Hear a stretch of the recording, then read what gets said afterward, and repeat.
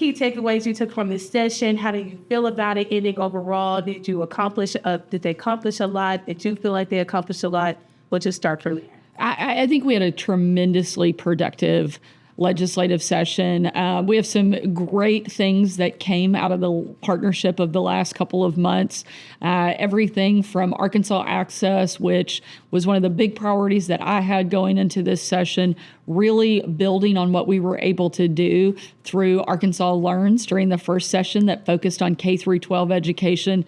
This really zeroes in on higher education, building on that foundation, creating more pathways for Arkansas students, opening up more options for them. At the end of the day, when they graduate from high school, we want them to be ready to either enroll, enlist, or be employed. And this opens up significantly more pathways for them to do that, something we're really proud of. We were also able to get rid of our state's grocery tax, one of the most regressive taxes in our state, remove that, help families that really need it continue to put food on their table. And that's on top of the work we were able to do with the legislature over the previous sessions in reducing our state income tax by 20%, lowering that a full percentage point, and really putting money back in people's pockets. Those are great things. Those are things we're really proud of, and a couple of the highlights out of this session that made it really successful.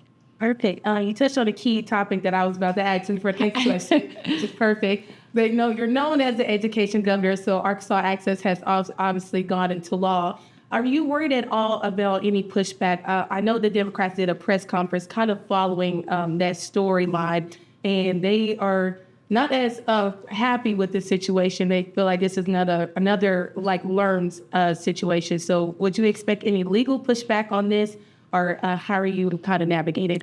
I think any time that we are opening up more opportunity, creating more pathways, opening up more access for success for our students, that's a good thing. I don't know why anybody would be against increasing scholarships, increasing the pathway into some of our 2-year and 4-year universities, why anybody would be against building on our concurrent credits, opening up more options for associate's degrees. That's a great thing for Arkansas, and it's a great thing for economic development. This is a big win for our state, and I'm really proud of it, and I don't know why anybody would be anything other than supportive.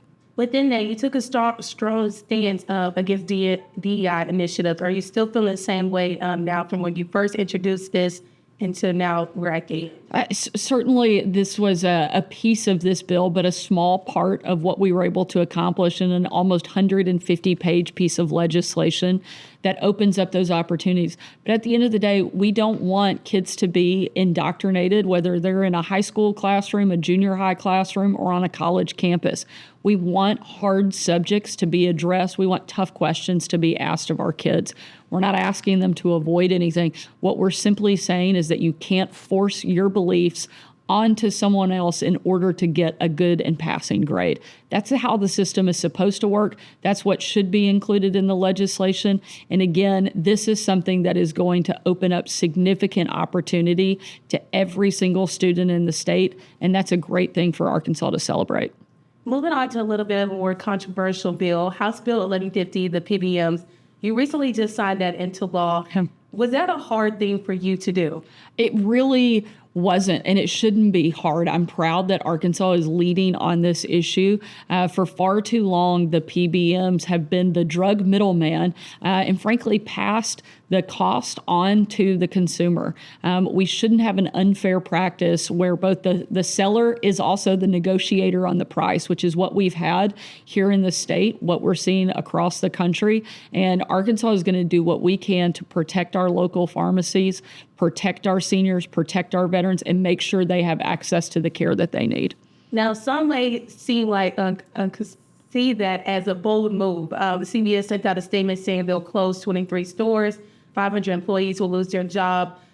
Are you worried at all any pushback from other companies thinking about coming to Arkansas to establish? That's a choice that CVS is making. They are choosing the PBMs over their stores and their patients here in the state of Arkansas. They could continue fully to operate here in the state, but instead they're choosing the PBMs instead of keeping stores open and providing access to patients. I'm proud that we will have a number of community pharmacies that will provide that access, making sure, again, our seniors, our veterans, and every patient in Arkansas has access to what they need.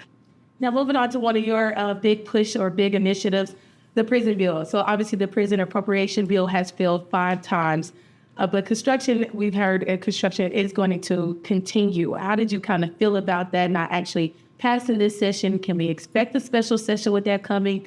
What are your thoughts? Look, at this point, we're going to keep all of our options on the table, but we have to move forward. This is a legislature that overwhelmingly passed and supported the PROTECT Act, essentially demanding and putting the responsibility for us to build a new prison. They've set money aside specifically for that purpose. We're going to use that, and we're going to continue to go through the process and get the job done, because ultimately, one of the biggest responsibilities that we have is to keep people safe.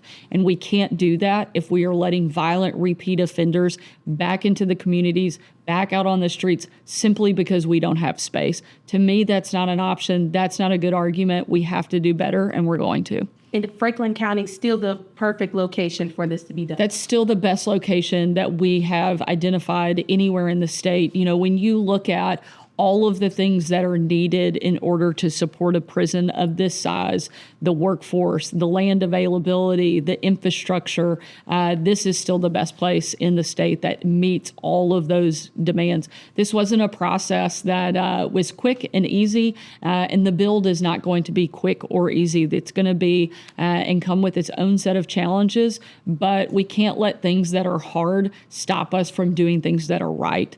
Protecting the people of this state is the right thing to do. And so we're going to continue to work on this and continue to move forward. All right. Moving on to weather. I'm a little biased, but our weather team is just amazing. Shout out to Tom and all of them. Obviously, Arkansas has seen their trials and tribulations already with weather, with flood and to tornadoes.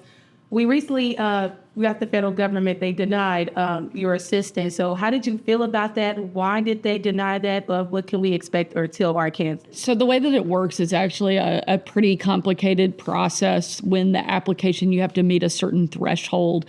We have since appealed that decision. I spoke with Secretary Kristi Noem yesterday.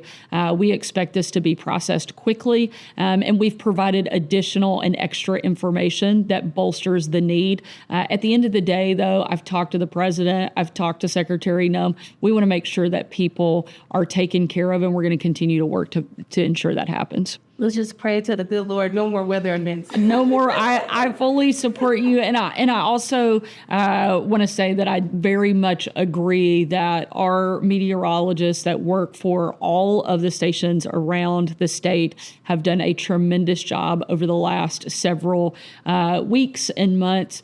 Without them working long hours and putting out alerts and giving people the information they need, I think we would be looking at a much more difficult situation in our state. But because of the work that they have done, I think people's lives were saved. We have much better alert systems than we have in the past. And it has literally, I think, helped make a big, big difference. So a big shout out to all of the weather teams around the state, both those on camera and the ones sitting behind the desk that we don't see, that have helped provide information to our citizens around the state, because they've done a great job keeping people safe. We'll have to look at the camera and say, Tom, you're welcome. Well, kind of finally, a question, kind of summing this up. You did a lot of push with Medicaid, obviously a big push for mothers. We had a lot through the legislature to help them and push that, but still no postpartum. I know that has been just a big question for those in the community. What will be your response to that? And also just touching on all the things you have done for maternal health, if you can. We were really excited to work with the legislature and take a laser-like focus on addressing the maternal health problems here in the state, putting $45 million specifically into helping healthy moms have healthy babies. We are a very pro-family administration, and we worked closely with the legislature to help expand access, provide a lot more resources for moms across the state. We've got a number of pilot programs that are going around Arkansas that we hope to be able to expand and build on their success. We want to take care of the moms in this state, and proud of what we were able to do during this session to help address it.